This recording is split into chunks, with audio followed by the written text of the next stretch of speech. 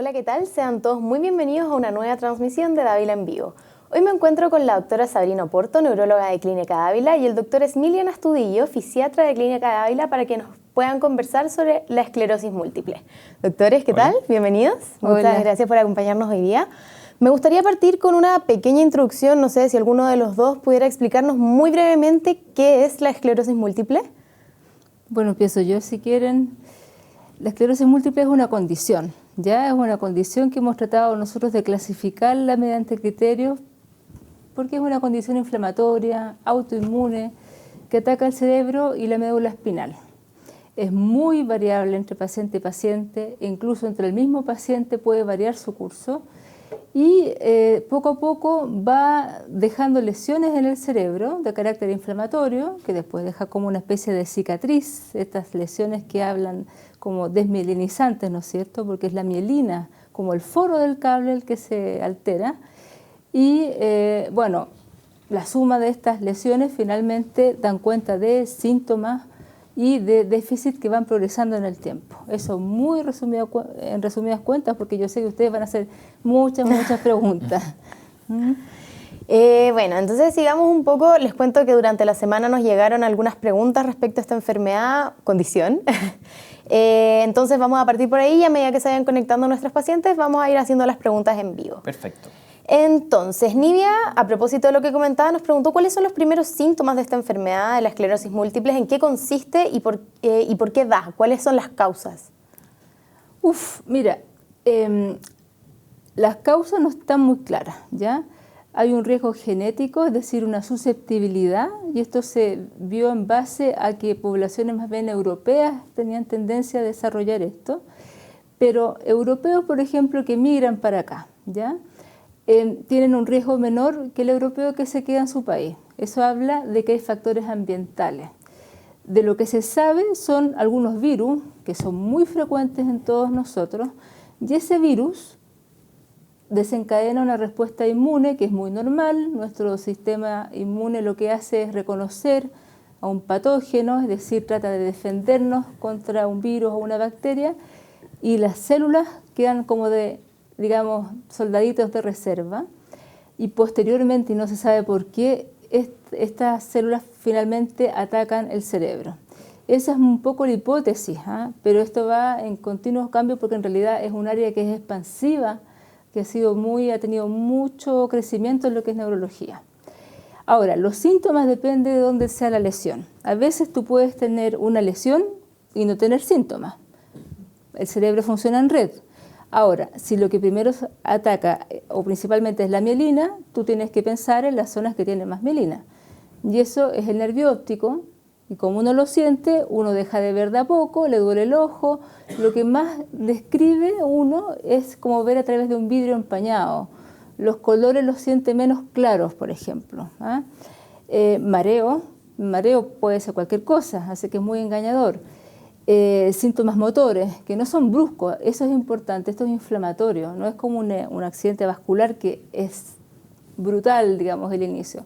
Acá empieza de a poco una parecia, una debilidad en alguna parte del cuerpo, en la cara, puedes ver doble, y síntomas sensitivos que pueden ir desde sentir menos, desde sentir raro, desde sentir como cuando uno va a la dentista y se empieza a recuperar la sensibilidad, y menos frecuentemente en las etapas tempranas lo que es los esfínteres, que no alcanzas a ir al baño a hacer pipí, o más raramente que retengas el pipí, o sea que no puedes hacer pipí. Y cosas más sutiles que aparecen muy precozmente es la memoria de trabajo.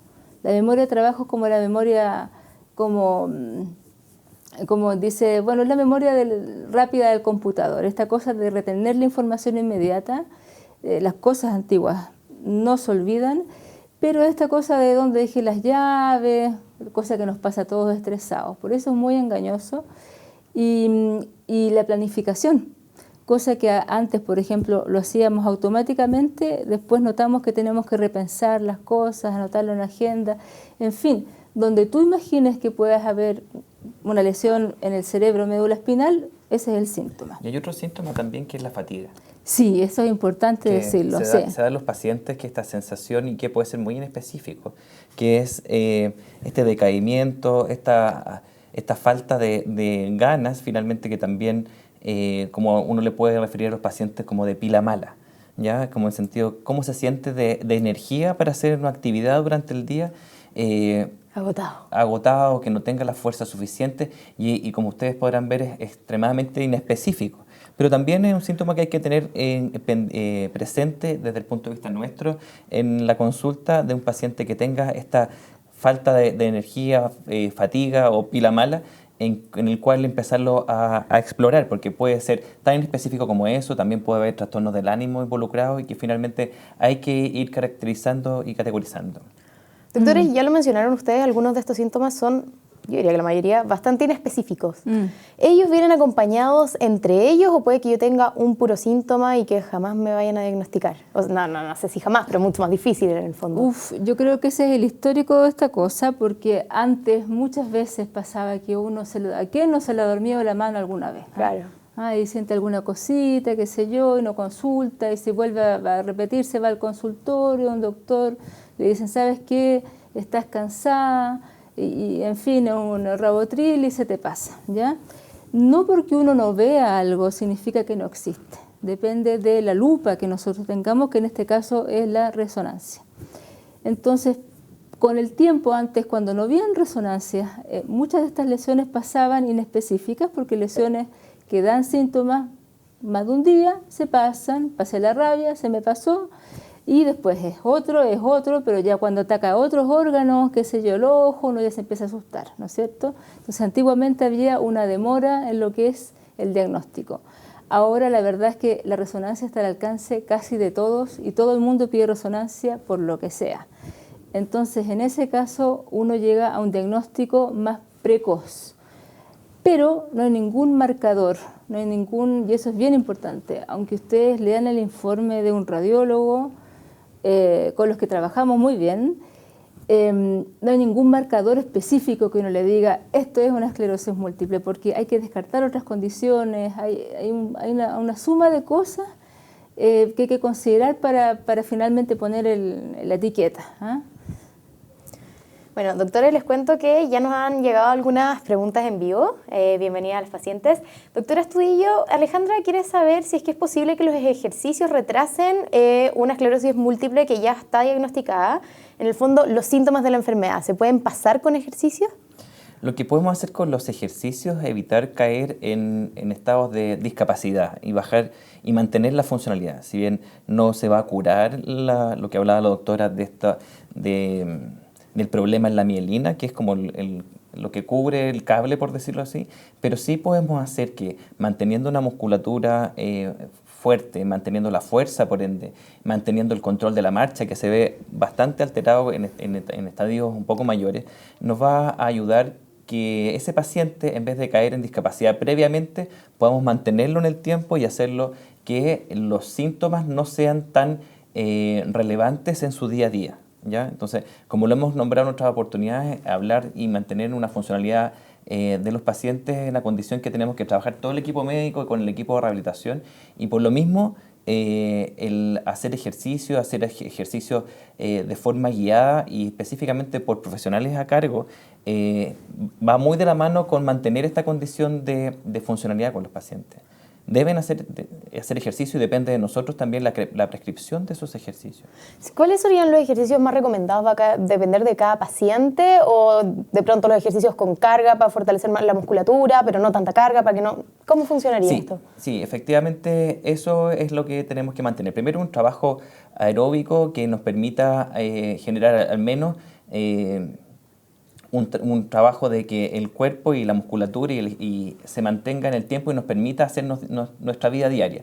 ¿Qué se establece? Un ejercicio físico, al menos mantener de 3 a 5 veces por semana, ¿ya? Un ejercicio de leve moderado o 3 veces un poquito más intenso.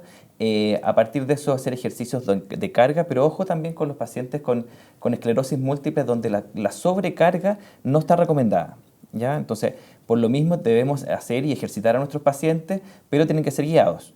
En ejercicios en piscina temperada son muy relevantes porque también nos permite un estado un lugar, un ambiente con una temperatura controlada, nos evita los riesgos de caída hacer ejercicio en piscina y finalmente también provoca, el agua caliente provoca la relajación muscular que también en algunos pacientes nos ayuda a disminuir esta espasticidad que de pronto puede existir. Entonces, tener este grupo de alternativas como ejercicio físico aeróbico, ejercicios de carga de leve a moderado y ejercicios también en piscina temperada es una de las condiciones que se establecen para los pacientes con esclerosis múltiple. Siempre guiados por el especialista. Sí. Yo te quería agregar algo que es súper importante recalcar porque en realidad la rehabilitación en general en el país siempre ha sido como el hermano pobre, pero la verdad hay que decir una cosa, es cierto que el ejercicio no remieliniza, pero hay que pensar que el cerebro funciona en red. Entonces, si ustedes hacen ejercicio porque no está contraindicado, hay que saber hacerlo, y en eso él sabe mucho más que yo porque todo tiene que ver también con la biomecánica. Si uno hace mal un ejercicio, te puedes atrofiar una articulación, etcétera, etcétera. Pero el ejercicio en sí es muy interesante porque ayuda también a activar otras redes de nuestro cerebro. Entonces, de alguna forma compensa déficit motores, cognitivos, y eso también ocurre para la gente en general, ¿eh? Por ejemplo, si un niño hace ejercicio, probablemente le va a ir mejor en matemáticas, ¿ya? Entonces, el ejercicio realmente es un pilar fundamental digamos, como parte del tratamiento. Y hay otra cosa, el cerebro después de los 40 años aproximadamente ya se va desgastando con la hipertensión, con múltiples cosas, en fin, uno va perdiendo esta reserva que uno tiene. Y en ese sentido el ejercicio es fundamental para mantener esa reserva cognitiva. Y junto con la reserva cognitiva nos permite la interacción con otras personas. Entonces, el ejercicio si bien es una instancia donde bajo un programa específico se tiene que realizar con cargas y repeticiones conocidas, en la medida que uno realiza actividad física, también interactúa con otras personas.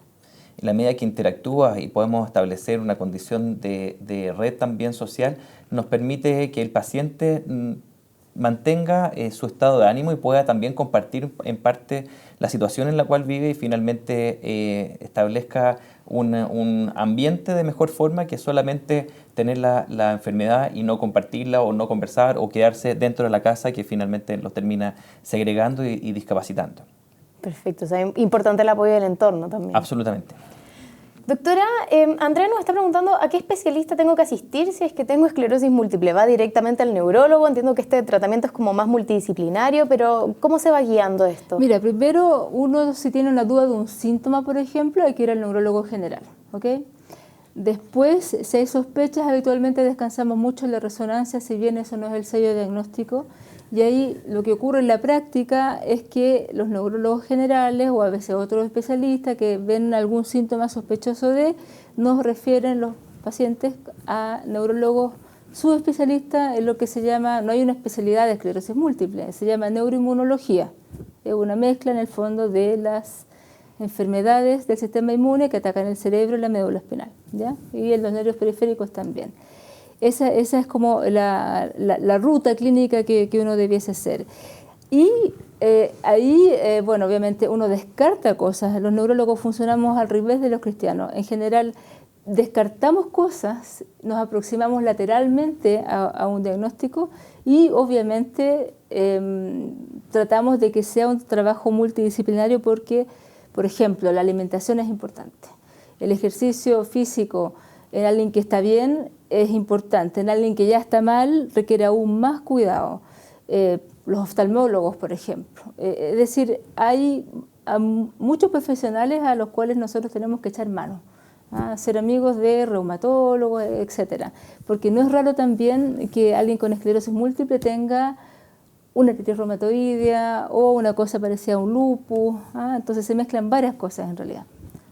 Perfecto. Hablábamos recientemente de los síntomas de la esclerosis múltiple Y Paula nos está preguntando un poco cuáles son las características, en el fondo, cuáles son las señales a las que hay que estar alerta. Y bueno, a propósito de lo que conversábamos antes, se suma Nicole y pregunta si es que es confundible con otra patología, considerando que son bastante genéricos. Claro que sí, mira, esto no es para neurotizarse, pero en realidad, porque si tú te apoyas en el codo, obviamente harto tiempo se te va a dormir la manito, ¿ya? Pero qué cosa siendo bien así pragmático. Por ejemplo, si uno deja de ver, ve borroso, no es que uno quede ciego, en general esto empieza lento, transcurso de horas, ve borroso por un ojo y te duele mover el ojo, porque el nervio está inflamado. Entonces, si yo miro para allá, el nervio se tira y duele, ¿ya? Eso es lo que pasa. Eso, si te pasa por primera vez y eres adulto, eso no es normal. Y es muy sugerente de esclerosis múltiple. Si yo tengo mareos, que el mareo puede ser porque me bajó la glicemia, por problemas del oído, qué sé yo, también puedes consultar al neurólogo otorrino. El mareo es más inespecífico. Pérdida de fuerza. O sea, no es normal que uno cojee de un pie o que de repente una mano se te ponga torpe, del equilibrio, por ejemplo. O que se te duerma o sientas una parte del cuerpo dormida, o como cuando uno se quema con el sol, que uno siente la piel rara. En neurología siempre tratamos de buscar simetría. Si uno se toca a un lado y no está igual que el otro, eso no es normal. Doctora, perdón que le interrumpa, Sí. ¿eso no es normal la primera vez o no es normal cuando es recurrente en el tiempo? Mira, la primera vez.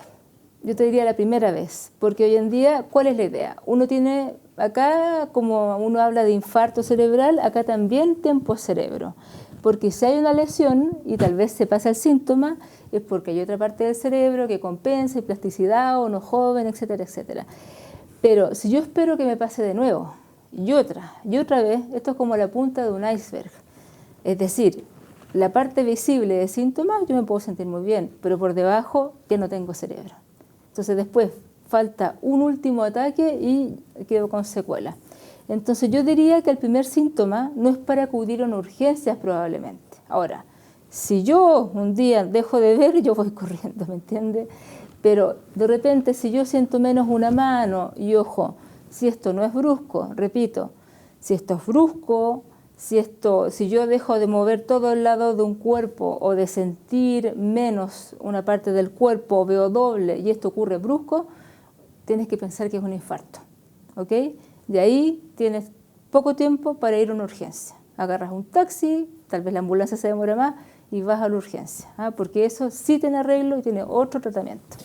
Y volviendo un poco a parte de los síntomas, donde la gente también tiene que tener atención, por ejemplo, en la pérdida de fuerza, en caídas que habitualmente pueden estar, y donde no es explicable que se haya tropezado, sino más bien no logró levantar bien el pie para subir la solera de la vereda, o que a partir de eso hay caídas recurrentes en las dismetrías que pueden haber en la misma vereda, que caída tras caída, y finalmente no es tan explicable. También tener ojo, faltas de fuerza, caídas también de objetos que no pudieron levantarlo y que previamente así lo hacían, y con un peso conocido ya no lo están haciendo, que están dificultando realizar o levantar los brazos. La gente que en la casa tiene que colgar la ropa, por ejemplo, ya no está teniendo fuerza o para hacer ese tipo de actividades que son de la vida cotidiana, y que de un momento a otro está progresivamente perdiendo la fuerza. Son cosas concretas que en la casa sí la gente lo puede objetivar, que es importante de poner atención. Y tal como decía la doctora, es diferente lo progresivo en el tiempo a lo agudo. Eso es muy importante, porque en realidad cada vez con más herramientas, información, internet, en fin, uno tiene más posibilidades de ir a un doctor, ¿no es cierto? Y la resonancia, hay muchos resonadores, porque el escáner aquí no sirve. Ahora, es importante, estamos hablando de las formas que vienen por ataque, pero hay formas más raras que son las primarias progresivas, por ejemplo, en que lentamente uno empieza a cojear, y si una mujer dice, parece que el taco me está haciendo mal, ya empiezo a cambiar de zapato, es una cosa muy soterrada, y poco a poco lo que uno más lo nota es en la marcha. Esas son formas progresivas, tienen otro mecanismo de acción, digamos, en el cerebro, se tratan de otra forma. Entonces, una cosa, como les decía, esos los ataques, brotes, la esclerosis remitente recurrente, como una forma de entendernos en el lenguaje, y otra cosa, esta progresiva principalmente que uno ve como un trastorno de la marcha, que es muy lento. A veces es la otra persona la que le dice, en realidad estás caminando peor. Tú antes caminabas 100 metros sin parar y ahora tienes que parar porque te cansas, parar porque las piernas se te ponen rígidas. Eso no es normal. Cuando ya empieza a afectar más la vida cotidiana, ¿es porque el paciente está más grave o no necesariamente es así? O sea, en el fondo siento que es cuando ya está un poco más agudo la cosa, ¿o no? Es que puede haber instancias remitentes, o sea, que estén, después hay un curso que está más estable y hay otro momento en que vuelve a aparecer.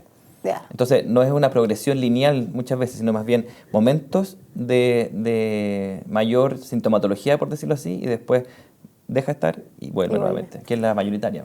Perfecto. Doctor, Isabel nos dice, entiendo que parte del tratamiento de la esclerosis múltiple tiene relación con los ejercicios. ¿Cómo puedo saber cuando estoy haciendo mucho ejercicio? En el fondo, cuando estoy haciendo la sobrecarga de la que hablábamos anteriormente. Bueno, por lo mismo es relevante que sea guiado, ¿ya? Por lo mismo hay que saber y que esté diagnosticado en qué estadio y qué tipo de esclerosis la que presenta. No es llegar y decir tengo que hacer ejercicio e ir a un gimnasio y finalmente ponerse en manos de un personal trainer y empezar a sobrecargar. Ya es necesario tener y haberse controlado previamente, tener a partir de eso un plan de rehabilitación que nos permita establecer las cargas porque cada paciente tiene que ser medido. ¿Ya? Y eso se establece a través de la fuerza que uno mide del paciente y por eso es individual. Entonces, por eso hay que ir donde un fisiatra y también donde un kinesiólogo a partir de eso y se hagan las mediciones por paciente de cuánto es capaz de tolerar ese paciente. Entonces, a la luz de esa medición, uno establece el plan. O sea, nunca llevar el ejercicio al límite, como se usa mucho en los gimnasios, por ejemplo. No, o sea, para esto, o sea, nunca, de partida para nadie eso es bueno. Yeah. Y para los pacientes con esclerosis múltiple, no, porque hablábamos en un principio, lo que no tenemos que llegar es a sobrecargar mucho el paciente, que ya se encuentra con un estadio de fatiga, y si lo sobrecargamos aún más, podemos hacerlo que no sea un beneficio, sino más bien un perjuicio. Doctor, ¿y cómo se hace, un paciente que está fatigado y lo mandan a hacer deporte? Yo me imagino que eso debe ser, pero imposible. O sea, doctor, ¿qué me está haciendo? ¿Cómo se motiva? En el fondo, hay alguna terapia para que el paciente no se sienta más fatigado y pueda, en el fondo, empezar a hacer actividad física? Bueno, ver efectivamente qué condición está llevando a esta fatiga. Ya, si bien es un síntoma, es algo inespecífico, hay otras características, como te contaba, que es importante de evaluar por nosotros los médicos y los tratantes, de que no haya otra condición que la esté generando. Problemas en la tiroides, que esté problemas con la glicemia finalmente, o haya también una depresión, y en la práctica tener compensadas las otras áreas. Y después, como en todo, existe un momento de la motivación donde requiere harta ayuda y del grupo del entorno, del tratante, del grupo familiar. Entonces, porque luego de eso, cuando ya te logras motivar, y por eso hablábamos de la motivación que genera el ambiente en el ejercicio, te permite y te dan ganas de ir. Pero cuando no hay eso todavía, requiere que la familia en la casa esté muy presente y los acompañen idealmente y los motiven a ir. Que se busquen instancias que sean más cercanas y fáciles de acceder, y es mejor hacer ejercicios de forma paulatina y progresiva, pero con cosas simples, más que imaginarse grandes procesos de ejercicio que son difíciles de cumplir. Y eso nos pasa mucho también, y en los pacientes chilenos nos pasa un montón, que el primer día ellos se inscriben en donde sea, en el gimnasio, hacen mucho deporte, pero después el segundo día ya no quieren. Entonces prefiero que en la casa de pronto tener una elíptica, una bicicleta estática, o simplemente los aparatos que hay en las plazas, partir con cosas que nos permitan de a poco y fácilmente ir avanzando.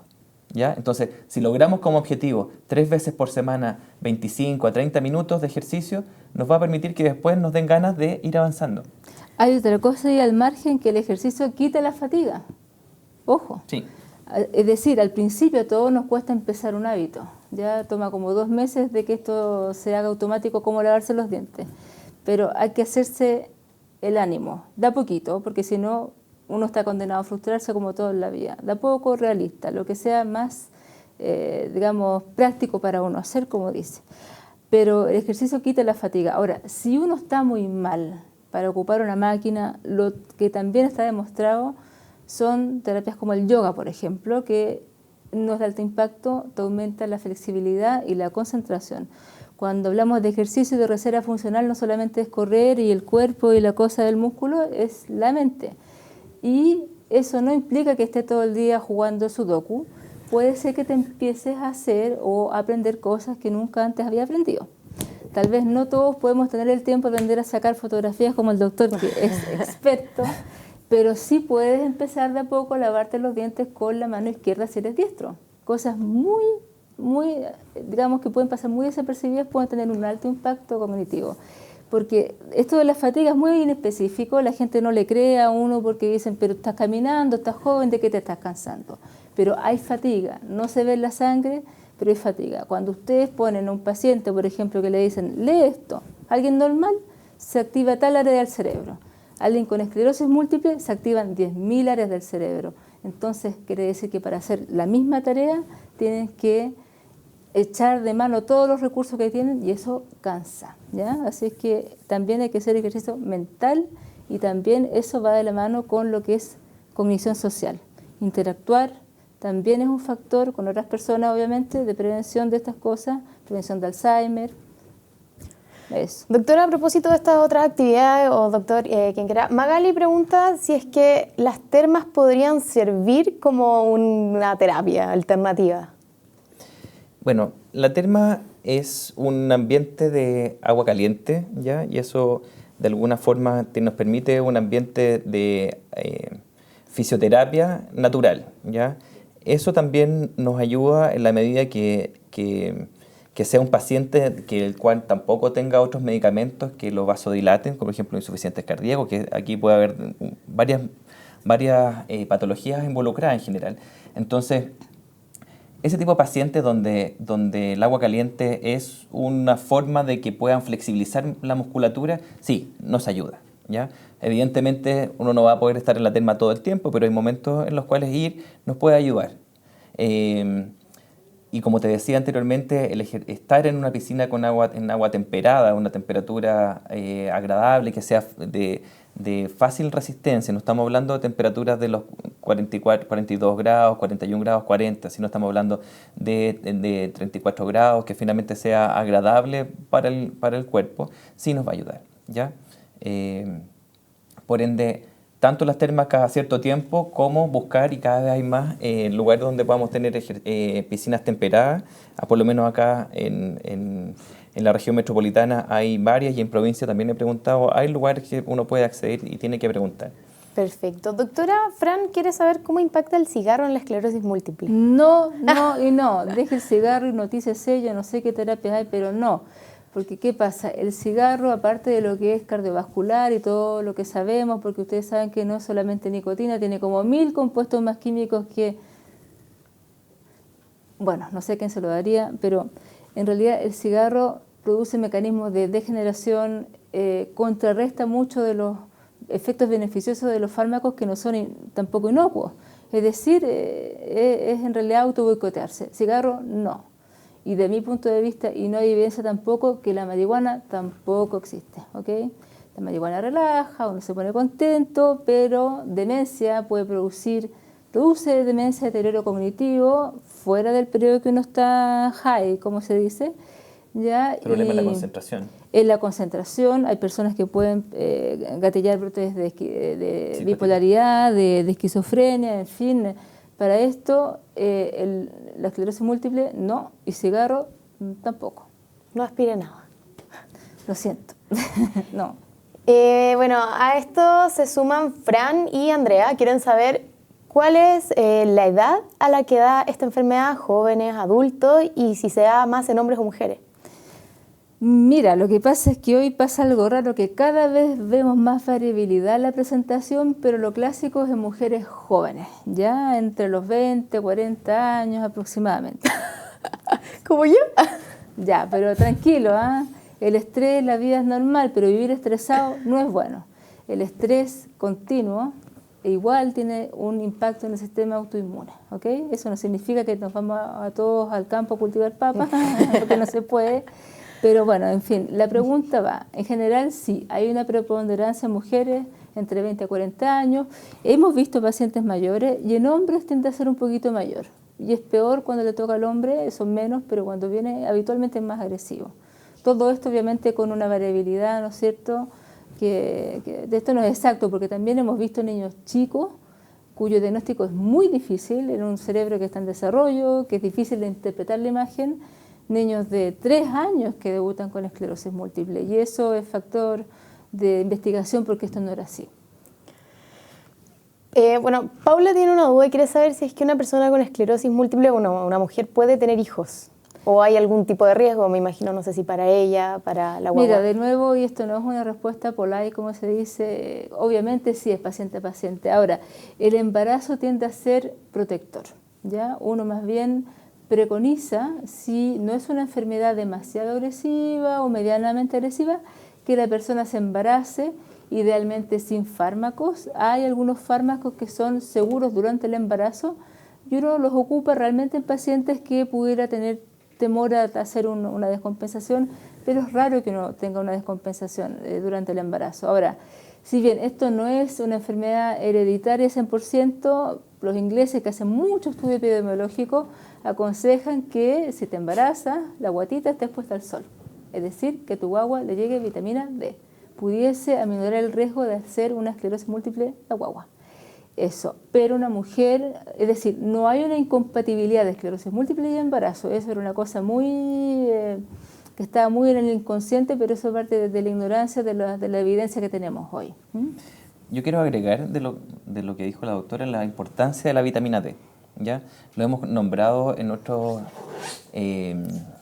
reuniones acá, lo importante que resulta evaluar los niveles de vitamina D en nuestros pacientes. Se da que también la población chilena no se tomaba previamente mucho estos niveles y tanto para dolor crónico como para la esclerosis múltiple es muy relevante, ¿ya? Por ende, es necesario cuando hay baja de la vitamina D suplementarla y a partir de eso ver en qué niveles uno tiene que dar y finalmente las dosis de mantención de la vitamina D y la exposición solar también es importante para que se vaya haciendo efectiva esta vitamina D en el cuerpo y eso es necesario que los tratantes lo tengamos claro, que los pacientes lo pregunten, también le pregunten a su médico la posibilidad de hacerse el examen. Francisca se suma a esto y quiere saber si es que el hombre es el que tiene esclerosis múltiple y la mujer que era embarazada de este hombre con esclerosis múltiple. ¿Tiene algún riesgo la guagua? No. Es muy, la verdad es que o sea, hay, digamos, hay estudios genéticos, no hay un gen preciso, ya hay una heredabilidad que es baja, no es que si la mamá tiene esclerosis múltiple, la pregunta es si el hombre tiene esclerosis múltiple y la mamá no es cierto? Sí. Sí, el porcentaje es bajo, Perfecto. Tal vez más que la población normal, pero es bajo. Ya. Sí. Miguel está un poco preocupado, a ver si lo podemos orientar. Nos cuenta que recientemente fue diagnosticado con esclerosis múltiple, todavía no lo han medicado y quiere saber en el fondo cuáles son los pasos a seguir.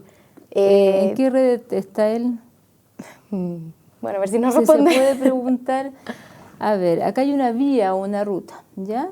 Lo primero es acudir a un centro asistencial, si es de la red pública, a un consultorio, si es de la red privada, bueno, a un médico, bueno, ya le hicieron el diagnóstico, ¿no es cierto?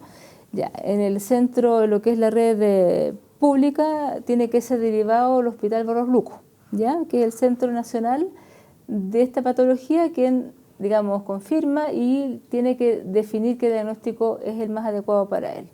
Y si es privado, tiene que ver su ISAPRE, cuál es su prestador, ir a un médico especialista en esto. Perfecto. Bueno, Alejandra nos cuenta que en esta época del año sufre menos porque baja las temperaturas y tiene menos brotes. Entonces quiere saber por qué pasa esto y qué puede hacer cuando ya en esta época igual estamos medio inestables, hace calor, frío. ¿Por qué se da? Hay una cosa que el calor produce un deterioro transitorio. Aquí quiero ser bien enfática. El calor por el ejercicio, por el agua termal, por la fiebre, produce que los síntomas dados de una lesión pueden como reaparecer, los síntomas. Pero en realidad eso se llama pseudobrote, no significa que la enfermedad en sí se eche a perder, pero uno sí lo pasa mal. Entonces lo que uno aconseja es que si yo hago una corrida, por ejemplo, me sube la temperatura, dúchala y se acabó, aire acondicionado y uno puede rendir mucho mejor, ¿eh? Efectivamente, el calor es un fenómeno muy bien descrito que deteriora o acentúa los síntomas de una persona con esclerosis múltiple, pero el resultado final de esto no tiene ningún impacto. Doctora Astudillo, pero esto le da a todos los pacientes. ¿Qué hacemos con la piscina temperada, con las termas? Es que eso es importante y lo íbamos a recalcar, porque finalmente hay momento y momento. Por eso hablaba de no temperaturas muy altas, elevadas, claro. ¿ya? Porque finalmente la condición de fisioterapia con calor nos ayuda a flexibilizar, ¿ya? Por eso son periodos cortos que nos pueden ayudar. Sin embargo, hay que tener presente que los pacientes puedan, dependiendo cómo se van sintiendo, ¿ya? Y eso es muy relevante, que no se queden largos periodos dentro de una terma. Tiene que ser las temperaturas más agradables o tolerables dentro pero siempre secundario como ellos lo van sintiendo. Lo otro es que también al momento de hacer ejercicio se hidraten harto y finalmente no logren tener esta sintomatología como de estar como sobreacalorados, como sobreabrigados también al momento de hacer deporte. Por eso también se recomiendan algunas formas que tener estos cold pack en los cuales nos puede ayudar, ¿ya? Sin la parte es como que sintomáticamente cómo se van sintiendo, ¿ya? Que finalmente no tengan esta sensación de golpes de calor, de bochorno y que finalmente les haga sentir mal, porque estamos hablando de un síntoma. Estamos hablando de cómo el paciente se siente, ¿ya? O sea, pero es un síntoma que de pronto no va a poder mover la mano dentro de la piscina, una cosa así. No, el síntoma es como la condición que no es objetivable, ¿ya? Yeah. Es como cómo la persona se siente finalmente. Entonces, es necesario tener claro que uno puede tener, y para los pacientes o la gente que nos está viendo, situación de al hacer ejercicio tener claro la hidratación y mantener claro que tenemos que mantener una temperatura que con la sobreexigencia nos lleve a estar como esta sensación de abochornado, de cara roja, de que finalmente se sientan con dolor de cabeza por hacer alguna actividad. Eso no llegará a eso, por ende tiene que ser graduado en el tiempo. Ante la respuesta de la piscina temperada, sí, es un momento que nos puede ayudar a flexibilizar mejor. Pero yo recomiendo que de todas formas lo vayamos preguntando al médico que lo está tratando, porque va a depender también del grado de sintomatología que va teniendo cada paciente, del grado de espasticidad o del grado de retracción que también va teniendo. Y finalmente uno va poniendo la balanza que le va recomendando a los pacientes, por ende la receta de cocina aquí no va. Perfecto. Doctora, me gustaría retomar un poco la pregunta de Miguel Ángel, quien fue recientemente diagnosticado con esclerosis múltiple. Pregunta también, ¿a qué tiene que atenerse en el fondo? ¿Cómo que prepararse para qué? ¿Qué es lo que se le viene en el fondo? Es que lo que pasa es que es una condición sumamente variable entre los pacientes y entre el mismo paciente. Tú puedes empezar muy suave y después ponerte muy agresivo con muchos brotes, o empezar muy mal y después suavizarse. Pero hay una cosa importante, acá el tiempo importa. ¿Por qué razón?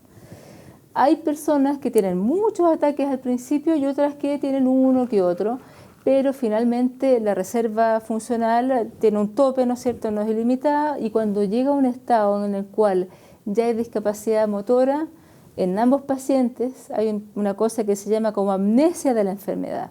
No importa cómo empezaste, pero desde ese punto, cuando uno ya tiene discapacidad, la curva o el ángulo, digamos, de progresión y la velocidad son bastante similares. Entonces, en cuanto a tenerse, es tiempo. Principalmente los primeros 5 años es cuando uno más tiene la posibilidad de tener una buena respuesta a la terapia. Si uno llega tarde, es poco lo que se puede hacer, lo que no significa que no se pueda hacer nada, ¿ya? Pero antes mejor. Ahora, esto no es un cáncer. Es decir, si pasan 2 meses, probablemente no tiene un impacto, pero si pasan 6 meses esperando la interconsulta, bueno, muévase, ¿me entiende? Sí, hay que tenerse, sí, hay muchas terapias hoy en día. La verdad es que el historial de la esclerosis múltiple ha cambiado muchísimo. Doctora, le cuento que Claudia le está enviando saludos. Dice que es su paciente en Clínica Ávila de esclerosis múltiple, que tuvo su hija hace 6 meses y que hasta ahora está todo bien. ¿Qué nombre le puso? Ya, qué bueno. Ella es Claudia Villagra. Ah, sí, me acuerdo de ella. Sí, perfecto, sí. Es importante eso, es que hay mucho temor, hay muchas mujeres que dicen como que se les acabó la vida, ¿eh? Es terrible, hay mucho desconocimiento social de esto.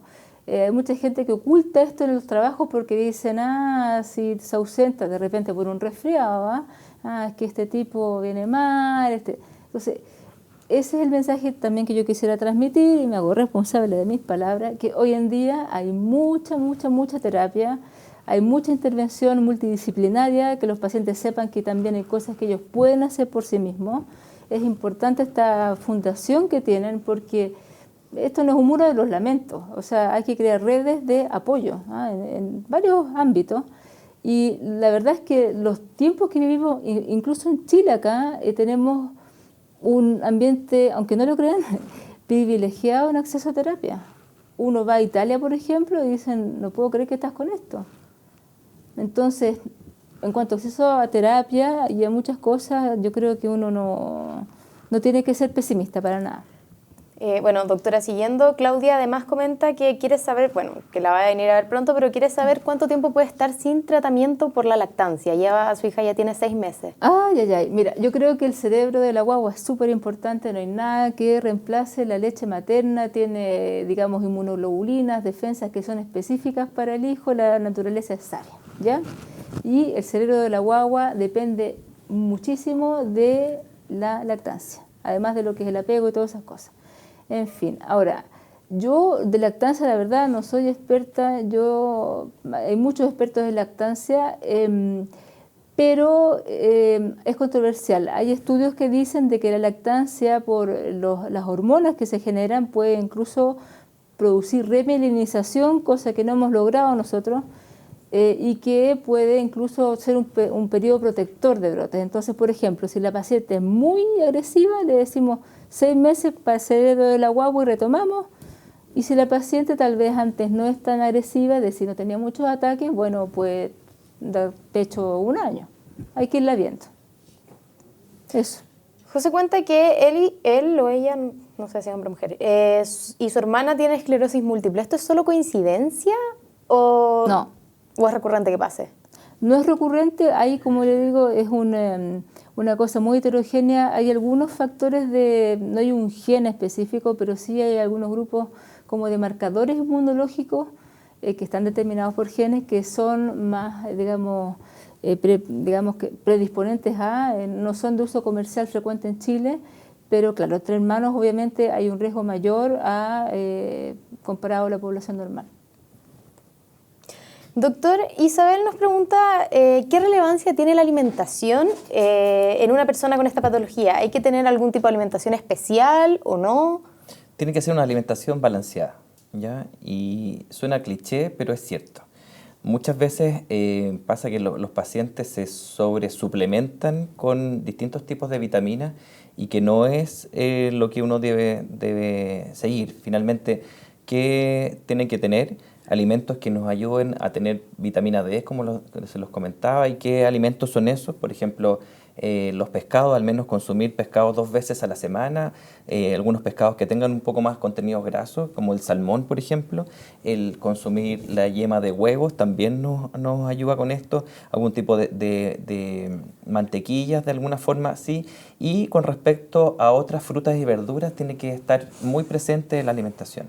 Entonces, donde ese tipo de alimentación, que los mismos alimentos son los que traen las vitaminas necesarias y acorde a lo que el paciente requiere. Si uno se alimenta con una alimentación variada en proteínas, además de frutas y verduras, con eso tenemos suficiente. Perfecto, doctora, para ir cerrando, ¿hay algo más que les parezca importante agregar? Sí, de la alimentación. Es un tema súper interesante y súper nuevo. Uno tiene una microflora y eso significa que tenemos un microambiente, un microuniverso en el intestino. El intestino está lleno de neuronas también. Tenemos bacterias buenas y malas, cepas buenas y malas, que son las encargadas de procesar lo que alimentamos y traslocar, es decir, que pasen esos nutrientes, digamos, a la sangre. Ahora, algo pasa con la alimentación. Usted va al supermercado, le da los componentes y la mitad de los componentes no los va a entender, porque eso antes... Nuestro sistema inmune está diseñado para las cosas naturales, no para los conservantes, preservantes, exceso de sal, etcétera, etcétera. ¿Qué ocurre con eso? Y no está muy claro, es que posiblemente hay un desbalance en la microflora intestinal que tenemos, hay, digamos, una preponderancia de bacterias que no son buenas, y eso pudiese generar de que pasen proteínas a través del intestino que no debería dejar pasar todas las cosas. Se produce una cosa que ya se llama como leaky gut syndrome, o sea, como un intestino un poco flojo y laxo para que pasen las cosas. Y eso pudiera ser relevante en gatillar una respuesta autoinmune para esclerosis múltiple o muchas otras cosas. Es decir, el mensaje es coma lo más natural posible, no significa ser talibán aquí, porque hay muchas dietas, la paleo, la raw, muchas cosas. Lo ideal es tener, como decía el colega, una dieta lo menos procesada posible, con muchas vitaminas, pero que vengan de la verdura. Pedir orgánicos en este país es demasiado. Tenemos muchos pesticidas que están permitidos acá y en otras partes están absolutamente prohibidas. Eso diría yo. La leche es controversial, pues es una proteína muy grande.